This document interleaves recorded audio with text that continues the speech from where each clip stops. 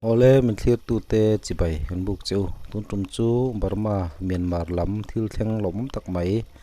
thu thar kan soidon kan thria tangin Burma rama hian Burma sarkar do tu pol lian tak tak mai noma chung pol pani inzom khom te dan chung chang te le an inzom khom pol te kan soidon ani Chin National Council lom tak mai piang ta Chin State hian ral thuam keng helpol tam takan oma mani chibil nampek sang sang mingin ral thuam man keng hloma chung nambil minga ral thuam keng pol te chu Chin National Front aram kai hruai Chinland Council le Chin National Organization CNDF te kai hruai interim Chin National Consultative Council tin thuang din an kalani chung Chin State chung ral thuam keng pol hlom lian tak tak pani te chu Mizoram Chief Minister Pulal du amarim ruat na in an pol pani ve chu thiatin Chin National Council ti in February samni le paruk sang ni samni le panga ni khan anin sui khom theita ani avolom umte lul em Chin National Front akai roi ral thuam keng pol sang sang te chu Chinland Council CC ti in an hlunzom hloma chung te chu pakhatna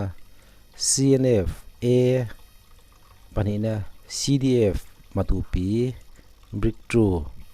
pathumna CDF lautu palina CDF zotung pangana CDF paleto parukna CDF huangoram pasarina CDF tonjang pariatna CDF hakha pakwana CDF thantlang somna CDF KKG sompakana CDF dai sompanina CDF zopei sompathumna CDF CDM CIYN sompalina PDA tidim sompangana CDF marate antela Chin National Organization CNDF kai hruai interim Chin National Consultative Council ICNCC lama hian heng te hi anom thunga CNO CNDF CDF Mindat pathumna Zomi Federal Union palina CDF Kampalet pangana CDF matupi Brick 1 parukna Mara Territorial Council MTC te antel ani hetia Chin State chung ral thuam keng thuang hniakal ICNCC le CC te hian an pol ming ve chu thiatin pol pakhata an sui khom theita hi avolom umte lul em hethil thleng tura thei to pa malatu Mizoram Chief Minister Pulal du oma hi fakapu lea Pulal du ma hian hetiang hian madalo se an mani pol pani chau chuan anin rem thei hau lawang ti arin om ani Chin National Council hian Chin State chunga Chin mi pui zong hual zo theitur le pomtlan theitur constitution andong chuak don ani ti in tahan news a kan hu ani in rem na thuthlung ajia boka keni Chin State Myanmar ram chunga Chin zofa te zinga Administrative Council panni Chinland Council CC le interim Chin National Consultative Council ICNCC hroi tu te chuan hetia Chin State chunga pol pani omhi tha kan tilawa Administrative Council pakhata omni se kan tia Administrative Council ming thartan Chin National Council tini se ti norwal takin kan pomtlang ani Chin National Council rin tlak tak om theinan Chin National Constitution drafting committee po din halania Chin State chunga zo na thlak te inu naw na tha omjel theinan Chin State puizong ten he thlu na hi thinlung taka pom vek turin kanin somani ti in telai muna hian ming an sign hloma Chinland Council tangte ICNCC CB trang te tin ti khan an pol hroi tu sang ten ming an sign bok ani lekan ria tangin Myanmar ram abuai zela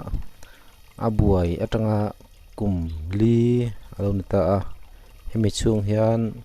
zo na thlak u naute kan u naute chen na in tam tak an ti chia tin nuna tam takan chan toni ti kan ria ani Myanmar army tena thuneina an lak nuwa chen na in noi khat chuang an hal to ti kha data for Myanmar chuan February ni somni le pakhat khan an tar lang takul maya an in le lo te an lo chan na sa hle to mai nuai khat chuang non chang to an lo chan to ni data for Myanmar te hian kum sang ni le somni le pakhat atanga November sang ni le somni le pari thlenga Myanmar rama chen na in Myanmar army tenan an hal chet to an record an nei danin noi khat le sang ni zani somri le pani nin an soi tatlat mai heta hian Kachin state le Kaya state hunchen khata chen na in an hal chiat an atel theilo wangin heya hian ala tam theyang ti soibok ani Myanmar army ten thuneina an lak nu kumli chung hian chin mi te chen na in sang thum la jasari hal chiat ani to ti Institute of Chin Affairs chuan an tar lang boka sang ni de sam ni de pulin November chung ringot khan Sagaing region Mayo region Mandalay region Pegu region Taning Tawing region Chin state Kachin state le San state a ringot po chen na in sang khat de zakwa somko de pani lai an hal man ani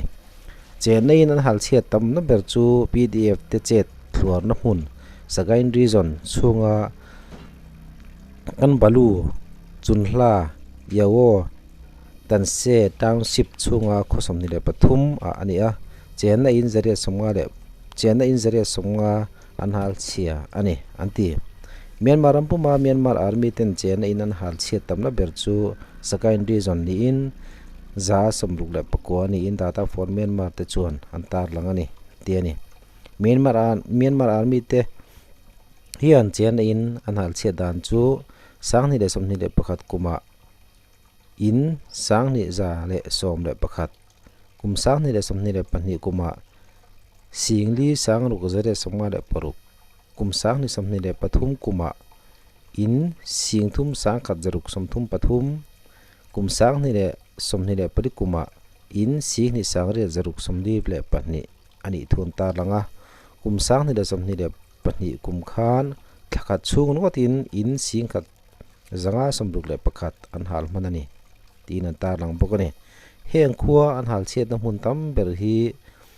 hello chet hlur na hun le an ma ni supporter te tam na khuwa ani de uzel ani ole khati zong kha tun trum Myanmar lam thuthar then khat kan pon chho theite ani e